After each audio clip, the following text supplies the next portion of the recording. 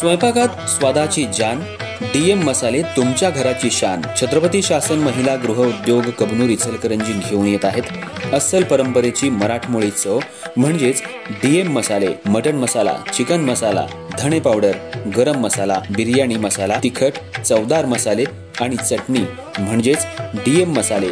तर आजच आपल्या जेवणाची रंगत वाढवण्यासाठी केमिकल विरहित डीएम मसाले, गृहिणींच्या मनातले मसाले आणि चटणी अवश्य वापरा.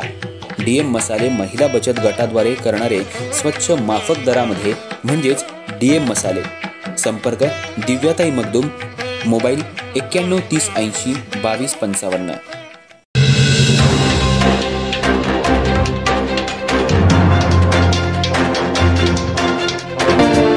नमस्कार, मी तेजस्विनी मगदूम. एम मराठीमध्ये आपल्या सर्वांचं स्वागत आहे. पाहुयात ठळक घडामोडी. इचलकरंजी शहरातील ज्येष्ठ उद्योगपती, समाजसेवक आणि शैक्षणिक, धार्मिक आणि औद्योगिक क्षेत्रात उल्लेखनीय योगदान देणारे माननीय श्री डीएम बिरादार यांचा 78वा वाढदिवस आणि त्यांच्या दुष्काळात उमललेले फूल या आत्मचरित्राचं प्रकाशन सोहळा गुरुवारी मोठ्या उत्साहात पार पडला. या सोहळ्याला जवळपास 1000 पेक्षा अधिक मान्यवर, उद्योगपती, शैक्षणिक, सामाजिक कार्यकर्ते तसंच बिरादार कुटुंबियांचे आप्तेष्ट उपस्थित होते.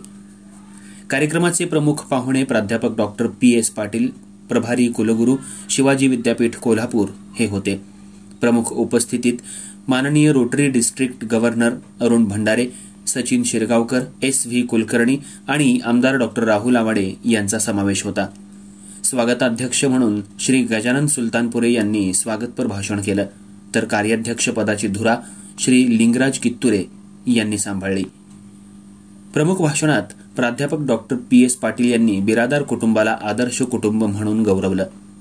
डीएम बिरादार यांनी औपचारिक PhD मिळवली नसली तरी ते खरे संशोधक आणि उद्योजक आहेत असं त्यांनी नमूद केलं. लोकप्रिय वक्ते माननीय श्री गणेशजी शिंदे यांनी जीवन सुंदर आहे, फक्त ते कसं जगावं हे शिकणं आवश्यक आहे असे विचार मांडून श्रोत्यांना मंत्रमुग्ध केलं. माजी आमदार प्रकाश आवाडे यांनी इचलकरंजी नगरीला अभियांत्रिकी उद्योग क्षेत्रात मानाचं स्थान मिळवून देण्यात डीएम बिरादार यांचं योगदान फार मोठं आहे. प्रामाणिक आणि निस्वार्थी व्यक्तिमत्व म्हणजे डीएम बिरादार.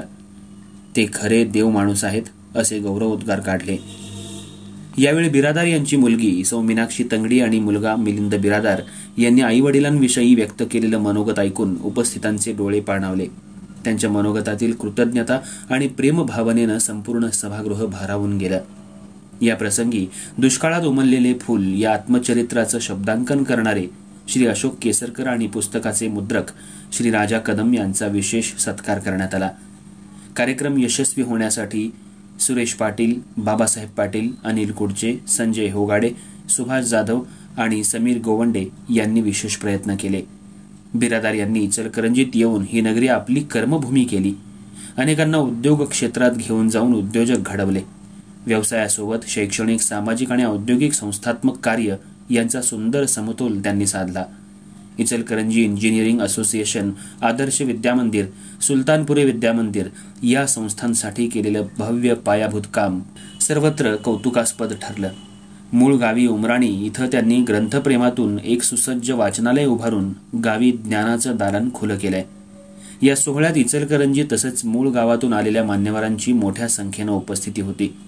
बिरादार कुटुंबातील सदस्यातील दृढ नातं आणि एकोप्याबद्दल उपस्थित मान्यवरांनी विशेष कौतुक केलं.